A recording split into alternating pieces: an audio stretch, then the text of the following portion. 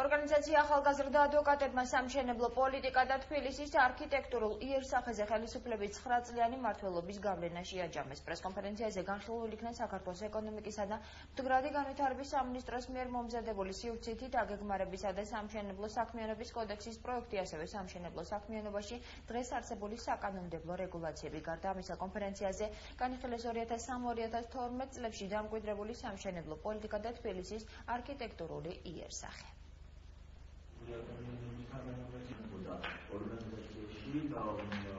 ორგანიზაციამ შეისწავლა კონკრეტული ფაქტი, კერძოდ ძველი თბილისში მეტეხის პლატოზე მიმდინარე მშენებლობა, მაგალითად ერთ-ერთი ასეთი შემთხვევის დროს აღმოჩნდა, რომ ყოფილი დიდუბის გამგებლის გიორგი ჩაჩანიძის მიერ წამოწყებულმა სამშენებლო კამპანიამ მთლიანად შეუცვალა იერსახე მეტეხის პლატოს ისტორიულ ძველ უბანს.